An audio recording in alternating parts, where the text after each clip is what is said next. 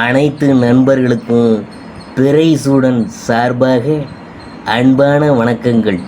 இந்த வீடியோ பிடித்திருந்தால் லைக் பண்ணுங்கள், ஷேர் பண்ணுங்கள், கமெண்ட் பண்ணுங்கள், மறக்காமல் சப்ஸ்கிரைப் பண்ணுங்கள். வாங்க வீடியோ பார்ப்போம். தலையெழுத்தை மாற்றும் பிரம்மா, அதை பற்றி பார்க்கும்பொழுது திருப்பம் தரும் திருப்பட்டூர், திருச்சி சுற்று வட்டாரத்தில் பல திருத்தலங்கள் இருப்பது அனைவரும் அறிந்ததே. இத்திருக்கோயிலில் ஓரளவுக்கு தெரிந்த கோயிலே ஆகும். இன்னும் பலர் அறியப்பட வேண்டிய கோயில் என்பதால் திருச்சி மத்திய பேருந்து நிலையத்தில் இருந்து 40 கிலோமீட்டர் தொலைவில், சத்திரம் பேருந்து நிலையத்தில் இருந்து 33 கிலோமீட்டர் தொலைவிலும் அமைந்துள்ளது திருப்பட்டூர். மக்களின் மிகப்பெரிய நம்பிக்கைக்குரிய இந்த கோயிலை அடைய திருச்சியிலிருந்து சென்னை செல்லும் வழியில் சிறுகனூர் என்ற ஊரில் இருந்து மேற்கு புறமாக 4 கிலோமீட்டர் செல்ல வேணும். திருச்சியிலிருந்து சமயபுரம் டோல் பிளாசாவை கடந்து அடுத்த 12 கிலோமீட்டர் தொலைவில் சிறுகனூர் வருது. இந்த கோயிலை பார்க்க செல்லும்போது ஆங்காங்கே பெயர் பலகையில் வழிகாட்டியாக வைக்கப்பட்டுள்ளன. பிரம்மபூரீஸ்வரர் கோயிலுக்கு செல்லும் முன்னர் தர்ம சாஸ்தா ஐயனார் கோயிலில் என்று ஒரு கோயில் இருக்குது. அங்கே சிவனுக்கு நந்தி இருப்பது போல ஐயனாருக்கு யானை இருக்குது. அந்த கல் யானைக்கு தேங்காய் உடைப்பதன் மூலம் நம் பிரார்த்தனைகள் நிறைவேறும் என்பது நம்பிக்கை. ஒவ்வொரு பிரார்த்தனைக்கு தகுந்தாற் போல எத்தனையோ தேங்காய்கள் உடைக்க வேண்டும் என்று ஆங்காங்கே எழுதி வைக்கப்பட்டுள்ளது. இந்த கோயிலுக்கு சென்றுவிட்டு தான் பிரம்மாவின் கோயிலுக்கு செல்ல வேணும் என்ற நம்பிக்கை அங்கு எழுதி வைக்கப்பட்டுள்ளது. இப்படி முதலில் சிறுகனூரில் இருந்து பிரம்மபூரீஸ்வரர் கோயிலுக்கு செல்லும் வழியிலேயே இந்த ஐயனார் கோயில் உள்ளது. மிகவும் அமைதியான கோயில். ஐயனார் கல்விக்காகவும் கடன் பிரச்சனைக்காகவும் தீரவும் சனீஸ்வரனின் பிடியில் இருந்து விடுபடுவதாகவும் ஒரு பரிகார தெய்வமாக இருக்கிறார். அங்கிருந்து பிரம்மபூரீஸ்வரராக கோயில் சற்று தொலைவில் உள்ளது. வியாழக்கிழமை பிரம்மாவுக்கு உகந்த நாளாக கருதப்படுது. உலகில் படைக்கும் தொழிலை கொண்ட பிரம்மா தான் மிகப்பெரிய கடவுள் என்று நினைத்து மம்மதை கொண்டதால் சிவபெருமான் பிரம்மாவின் 5 தலைகளில் ஒரு தலையை கொய்ததாகவும் படைக்கும் தொழிலின் சக்தியை பிரம்மாவிடமிருந்து எடுத்துக்கொண்டதாகவும் ஒரு நம்பிக்கை. அதன் பின்னால் பிரம்மா பல சிவலிங்கங்களை வழிபட்டு சிவபெருமானை மகிழ்வித்து மீண்டும் படைக்கும் சக்தியை வரமாக பெற்றார் என்பது புராண கதை.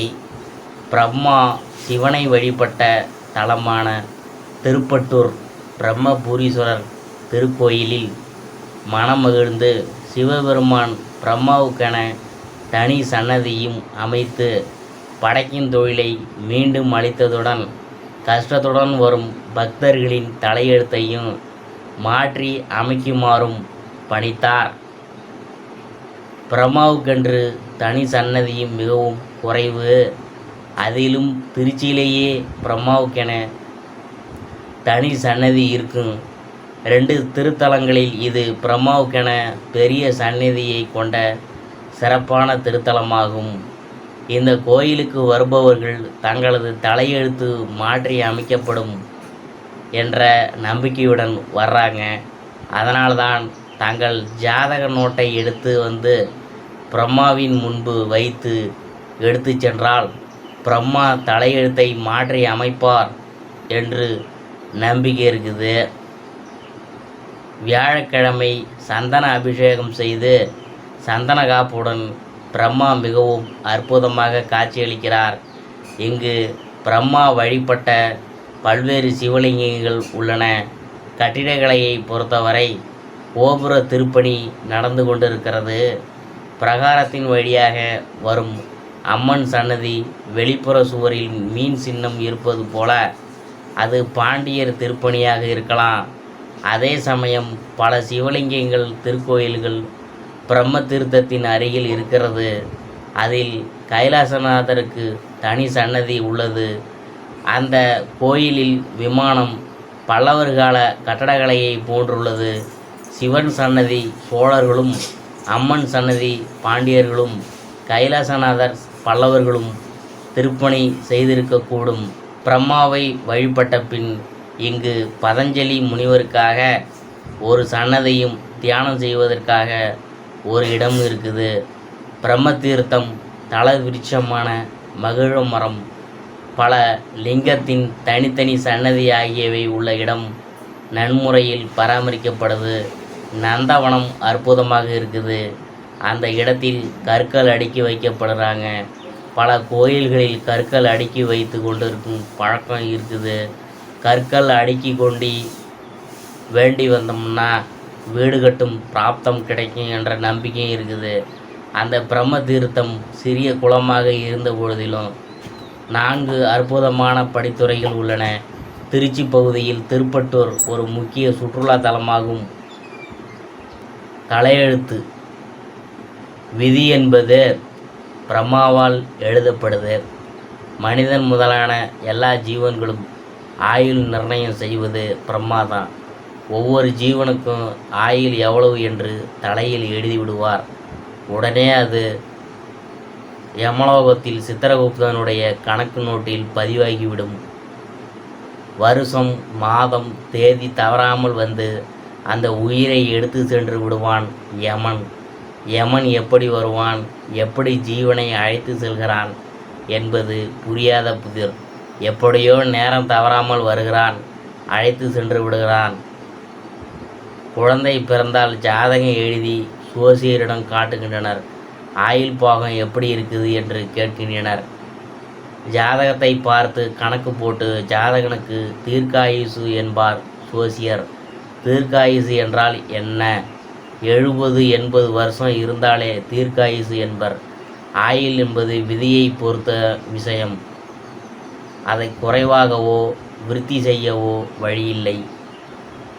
விதி என்பது அவ்வளவு வலிமை வாய்ந்தது.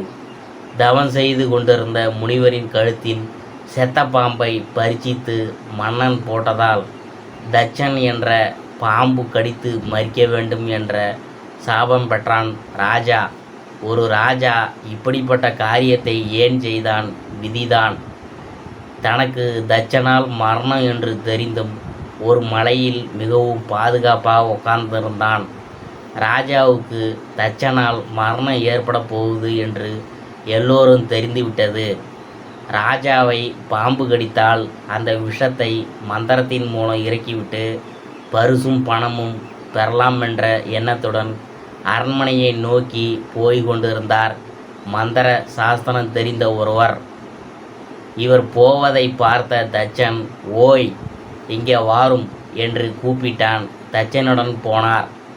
இப்போது எங்கே போகிறீர்கள் என்று தட்சன் ராஜாவை தட்சன் கடிக்கப் போகின்றானாம். அவன் கடித்ததும் என் மந்திர சக்தியால் நான் விஷத்தை இறக்கி ராஜாவை காப்பாற்றப் போகிறேன் என்றார் அவர். அப்படி நீர் செய்தால் உமக்கு என்ன கிடைக்கும் என்று கேட்டான் தட்சன். எனக்கு நிறைய பணமும் பரிசும் கிடைக்கும் என்றார் மந்திரவாதி. சரி, ராஜா எவ்வளவு கொடுப்பாரோ அதை போல் 2 பங்கு நான் தரேன், நீ திரும்பி போய்விடும் என்றான் தட்சன். மந்திரவாதி சாஸ்தா ஞானமும் உண்டு. தான் ஞான திருஷ்டியில் பார்த்தார். ராஜாவுக்கு தட்சன் கடித்து மரணம் என்று தலைவிதி இருப்பது தெரிந்தது. ஓஹோ, விதி அப்படி இருந்தால் அதை யாரால் மாற்ற முடியாது. அதனால் ராஜாவுடன் போய் மந்திரத்தால் பயன் ஏற்படாமல் திரும்பி வருவதை விட இவன் கொடுக்கும் பொருளையும் பணத்தையும் பெற்று திரும்பி விடுவதே மேல் என்று எண்ணி தட்சனுடன் பொருள் பணம் பெற்று திரும்பி போய்விட்டார். பிறகு பரிச்சித்து மன்னனும் தட்சனால் கடிக்கப்பட்டு வைகுண்டம் சேர்ந்தார் என்பது புராணம். விதி எப்படியெல்லாம் வேலை செய்கிறது பாருங்களேன். அடுத்தபடியாக நாம் பார்க்க போகிறது மகர ராசி.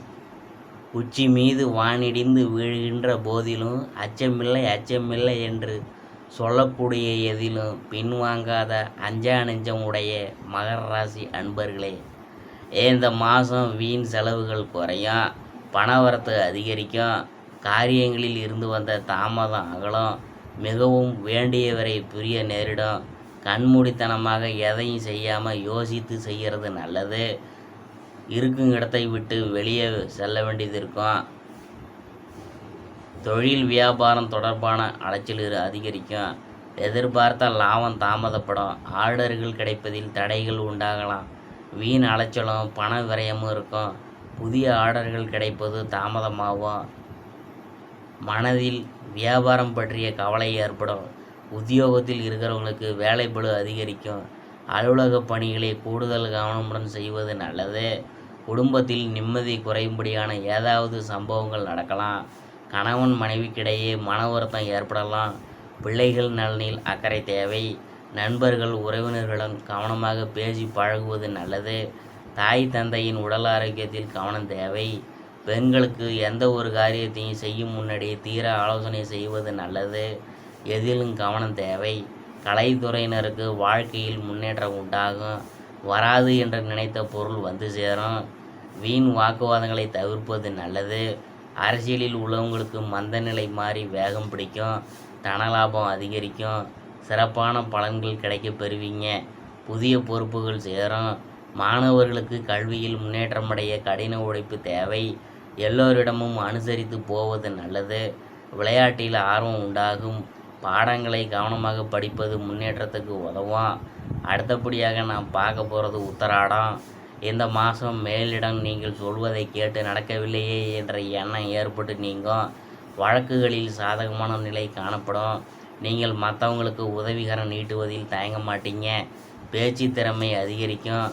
தொழில் வியாபாரம் சிறிது மந்தமான நிலையில் காணப்பட்டாலும் வருமானம் குறையாத நிலையில் இருக்கும். அடுத்தது நாம் பார்க்க போகிறது திருவோணம். இந்த மாதம் போட்டிகள் பற்றிய கவலையை விட்டுவிட்டு தொழில் வியாபாரத்தில் கவனம் செலுத்துவது நல்லது. உத்தியோகத்தில் இருக்கிறவங்களுக்கு வெளியூர் மாற்றங்கள் உண்டாகலாம். சக ஊழியர்களுடன் பேசும்போது கோவப்படாமல் இருக்கிறது நல்லது. அடுத்தது அவிட்டத்தை பற்றி பார்க்க போகிறோம். இந்த மாதம் குடும்ப உறுப்பினர்களிடம் இருந்த மனத்தாங்கள் நீங்கி மகிழ்ச்சியும் சகஜ நிலையும் காணப்படும். கணவன் மனைவி ஒருவருக்கொருவர் அனுசரித்து செல்வது நல்லது. பிள்ளைகளிடம் பேசும்போது நிதானமாக பேசுவது நல்லது. வாகன வசதி உண்டாகும். அடுத்தவங்கள்ட்ட வாக்குவாதத்தை தவிர்ப்பது நல்லது. கவனமாக இருக்கணும். அடுத்தது சனிக்கிழமையில் சனி பகவானை வணங்கி காகத்திற்கு எள் சாதம் வைத்து வர உடல் ஆரோக்கியம் அடையும். வீண் அலைச்சல் குறையும். கடினமான பணிகள் எளிதாக முடியும். அதிர்ஷ்டமான கிழமைகள் ஞாயிற்றுக்கிழமை, செவ்வாய்க்கிழமை, வியாழக்கிழமை. சந்திராசிரம தினங்கள் 9, 10, 11. அதிர்ஷ்டமான தினங்கள் 3, 4, 30, 31.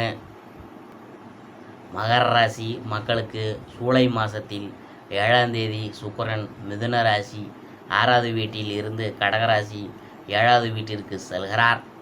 பின்னர் 31ஆம் தேதி சிம்மராசி 8வது வீட்டிற்கு செல்கிறார். செவ்வாய் 12ஆம் தேதி விருச்சிக ராசி 5வது வீட்டில் தனது சஞ்சாரத்தை தொடங்குகிறாரு. சூரியன் 16ஆம் தேதி மிதுன ராசி 6வது வீட்டிலிருந்து கடகராசி 7வது வீட்டிற்கு செல்கிறார். புதன் இந்த மாதம் 19ஆம் தேதி கடகராசி 7வது வீட்டில் இருந்து சிம்மராசி 8வது வீட்டிற்கு செல்கிறார். குரு இந்த மாதம் முழுவதும் விருச்சிக ராசி 5வது வீட்டில் தனது சஞ்சாரத்தை தொடங்குகிறார். சனி இந்த மாதம் முழுவதும் கும்பராசி 2வது வீட்டில் தனது சஞ்சாரத்தை தொடர்கிறார். இந்த மாதம் முழுவதும் ராகு மீனராசி 3வது வீட்டில் மற்றும் கேது கன்னிராசி 9வது வீட்டில் தனது சஞ்சாரத்தை தொடர்கிறார்கள். இந்த மாதத்தில் உங்களுக்கு கலவையான பலன்கள் கிடைக்கும். வேலை மற்றும் நிதி பற்றிய விஷயங்களில் நல்ல நேரம் மற்றும் ஆரோக்கியம் சார்ந்த விஷயங்களில் சாதாரண நேரம் இருக்கும். வேலை பற்றிய விஷயங்களில் நீங்கள் நல்ல வளர்ச்சியை பார்க்கலாம். உங்கள் மேல் அதிகாரிகள் மற்றும் சக ஊழியரிடமிருந்து உங்களுக்கு நல்ல ஆதரவு கிடைக்கும். புதிய வேலை அல்லது வேலை மாற்றத்துக்காக காத்திருக்கிறவங்களுக்கு இந்த மாதத்தில் நல்ல பலன்கள் கிடைக்கும். இடத்தில் மாற்றம் 2வது வாரத்திற்கு பிறகு ஏற்படும் வாய்ப்பு உள்ளது. வேலை சுமை குறையும் மற்றும் நீங்கள் ஓய்வெடுப்பீங்க. பதவி உயர்வு அல்லது நிதி வளர்ச்சிக்காக காத்திருந்தவங்களுக்கு இந்த மாதத்தில் நல்ல பலன்கள் கிடைக்கும். நீங்கள் எதிர்பாராத லாபங்கள் அல்லது சம்பள உயர்வை காணலாம் என்பதனால் நிதி பற்றிய விஷயங்களில் இந்த மாதம் நல்லது. உங்கள் முதலீடுகளால் நல்ல வருமானமும் கிடைக்கும். வீடு அல்லது சொத்து வாங்க நினைத்தால் முதல் 2 வாரங்களில் செய்யுங்க. கடைசி வாரத்தில் எதிர்பாராத செலவு அல்லது நிதி இழப்பு ஏற்படும் வாய்ப்பு உள்ளது. குடும்பம் பற்றிய விஷயங்களில் உங்களுக்கு நல்ல நேரம் இருக்கும். உங்கள் வாழ்க்கை துணை மற்றும் குடும்ப உறுப்பினர்களுடன் பிரச்சனைகளை எதிர்கொள்வோருடன் நல்ல உறவுகளை காணலாம். முந்தைய பிரச்சனைகள் இந்த மாதத்தில் முடிவடையும். குடும்ப உறுப்பினர்களுடன் நீண்ட பயணம் அல்லது வாழும் இடத்தில் சில மாற்றம் இருக்கும். ஆரோக்கியம் பற்றிய விஷயங்களில் உங்களுக்கு சாதாரண நேரமாக இருக்கும். குறிப்பாக 3வது வாரத்திலிருந்து நரம்பு பிரச்சனைகள், வயிற்றுப்போக்கு மற்றும் கழுத்து வலி போன்ற ஆரோக்கிய பிரச்சனைகள் பாதிக்கப்படலாம். இந்த பிரச்சனைகளை சமாளிக்க சரியான ஓய்வு மற்றும் நேர்மையான உணவை எடுத்துக்கொள்ளுங்க. வியாபாரத்தில் இருக்கிறவங்களுக்கு இந்த மாதத்தில் சிறந்த நேரமாக இருக்கும். விற்பனை மற்றும் வருமானத்தில் வளர்ச்சியை காணலாம்.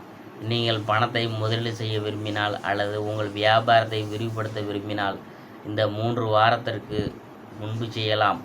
இந்த மாதத்தில் புதிய பங்குதாரருடன் ஒப்பந்தம் கொண்டால் மற்றும் புதிய முயற்சிகளை தொடங்குதல் ஆகியவற்றால் காணலாம். கடைசி வாரத்தில் முதலீடு கவனம் தேவை. இந்த மாதத்தில் மாணவர்களுக்கு நல்ல நேரம் இருக்கும். அவர்கள் தேர்வுகள், கல்வியின் நல்ல வெற்றியை அடைந்து பாராட்டை பெறுவாங்க. பிரபலமான கல்வி நிறுவனங்களில் சேரவும் இடம் கிடைக்கும். உங்களுடைய ராசிக்கு 5வது பாவத்தில் குரு பகவான் தாயாரின் உறவினர்களோடு நேரம் செயல்படுவதற்கான காலகட்டம். சொந்த பந்தம் உங்களுக்கு மரியாதை செலுத்துவாங்க. உயர் அதிகாரிகளின் பாராட்டை பெறுவீங்க. நீங்கள் செய்யும் வேலையால் உங்களுக்கு புகழ் கூடும்.